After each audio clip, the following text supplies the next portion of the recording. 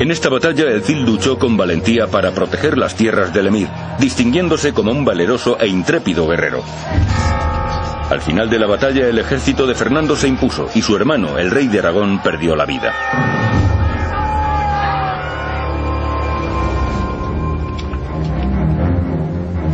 Dos años después moría el rey Fernando. Dividió sus tierras y protectorados entre sus 3 hijos, incluyendo a Sancho. Para el Cid, ahora portador habitual y sargento de instrucción para el rey Sancho, las oportunidades eran ilimitadas, pero una nueva generación de guerras fraternales se divisaba en el horizonte.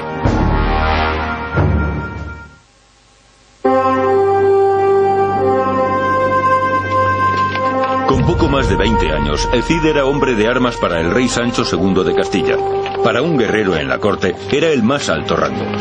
La caballería del Cid estaba compuesta de hombres de la nobleza media, hombres como él.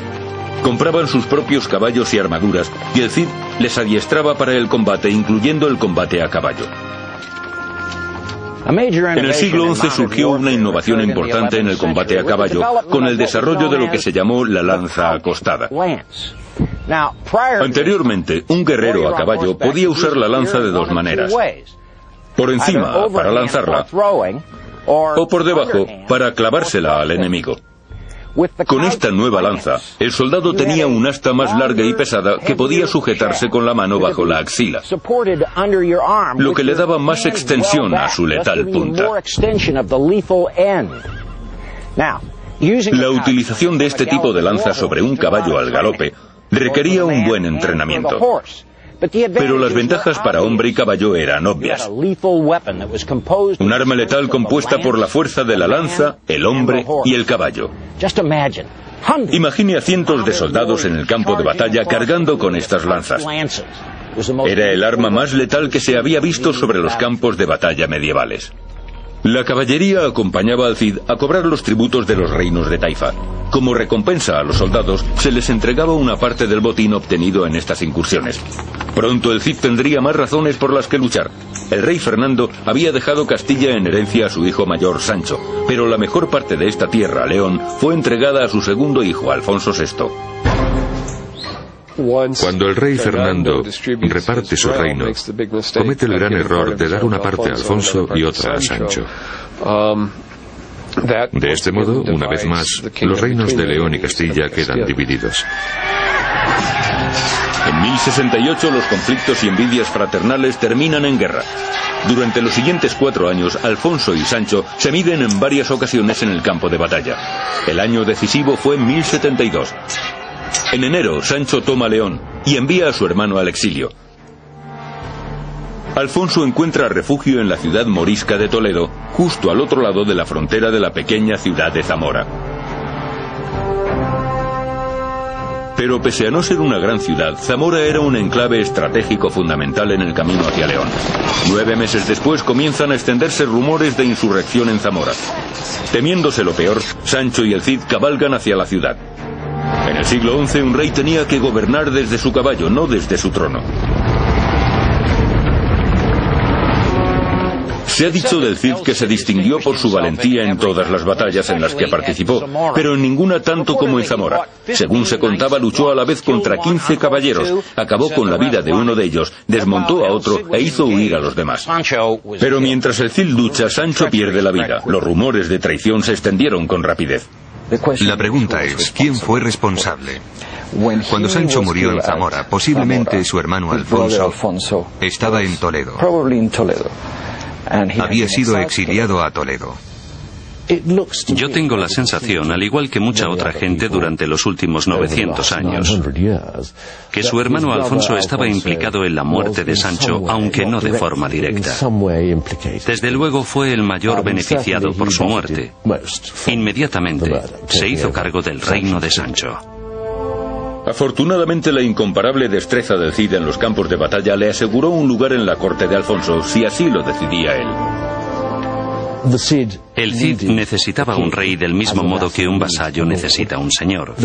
Y el rey necesitaba al Cid del mismo modo que un señor necesita un vasallo.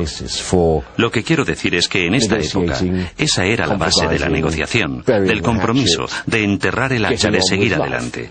Si querían sobrevivir, estas eran las reglas. Y de verdad creo que así sucedió en realidad. En el poema épico a esta pragmática reconciliación se le da una importancia mítica. Obliga al rey a jurar que no tiene nada que ver con la muerte de su hermano, con su traición. Y Alfonso VI lo hace. Jura no ser responsable de aquella traición. Aunque la poética historia de este juramento es mítica, sí hay evidencia suficiente que demuestra que el Cid y el rey Alfonso negociaron un acuerdo. El Cid contrae matrimonio mediado el año 1070. La boda se celebra por todo lo alto. Existen muchas posibilidades de que dicho matrimonio fuese en realidad concertado por el rey, en parte como recompensa por los servicios que el Cid le había prestado. Uno de los testigos de la boda es García Ordóñez, el soldado y cortesano favorito del rey Alfonso. Pronto se convertiría en la némesis del Cid. La corte de un rey en la España del siglo XI era un lugar bastante difícil, como suele suceder en todas las cortes. El tipo de entorno donde los odios y rivalidades surgen sin parar. Los primeros problemas surgen en 1079 con la recaudación de tributos. El Cid fue enviado a Sevilla, García Ordóñez a Granada. Algunas fuentes aseguran que el primer paso lo dio García Ordóñez. Otros sugieren que la primera agresión fue obra del Cid. Todos están de acuerdo con que se encontraron en el campo de batalla en Cabra. Y fue un encuentro sangriento, con el Cid empuñando su imponente espada, acabando con la vida de cuantos se cruzaban en su camino. Cuando el fragor de la batalla terminó, el Cid surgió victorioso. No solo eso, capturó a García Ordóñez y lo mantuvo prisionero durante 3 días. García Ordóñez tenía muy claro que había sido públicamente humillado por el Cid. Y esto era algo que ningún respetuoso noble de la época tenía intención de permitir. El Cid liberó a García Ordóñez, pero este jamás olvidó la humillación.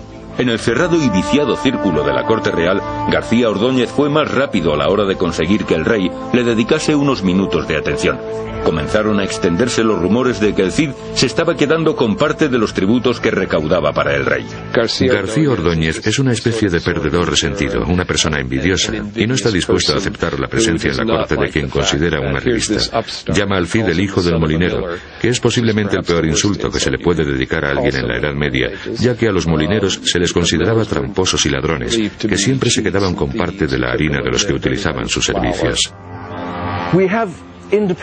Tenemos pruebas de fuentes independientes, en concreto de fuentes musulmanas, de que el conde García Ordóñez era conocido como Boca Torcida. Y aunque es posible que este apodo tenga su origen en algún tipo de deformación física, como un labio leporino o algo similar, también podría indicar que sus defectos eran más morales que físicos. En definitiva, que era un hombre con tendencia a mentir, a crear problemas. En 1081, el Cid dirige un enorme ejército al asalto de los asentamientos cercanos a Toledo, otro protectorado del rey Alfonso. Su pretexto era cobrarse venganza contra los bandidos que operaban en aquella zona. El Cid y sus caballeros asolan la campiña y hacen prisioneros a 7.000 hombres. Un manifiesto alarde de poder. Para el rey Alfonso, la sospecha, alimentada por la insidiosa campaña de rumores de García Ordóñez contra el Cid, se convierte ya en paranoia. El rey teme que el Cid esté intentando usurpar su posición.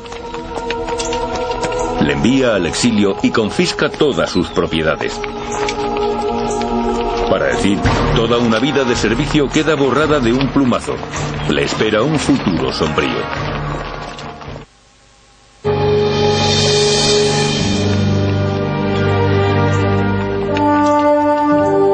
Desterrado de su hogar, perdidas sus posesiones, el Cid comienza un viaje hacia el restablecimiento de su reputación. Es cierto que fue un golpe importante, pero tal vez no tan importante como hoy en día podamos pensar. La experiencia del exilio era en realidad bastante habitual para los nobles de la época. y siempre existía la esperanza de que el exilio acabase pronto y que las tierras se pudieran recuperar.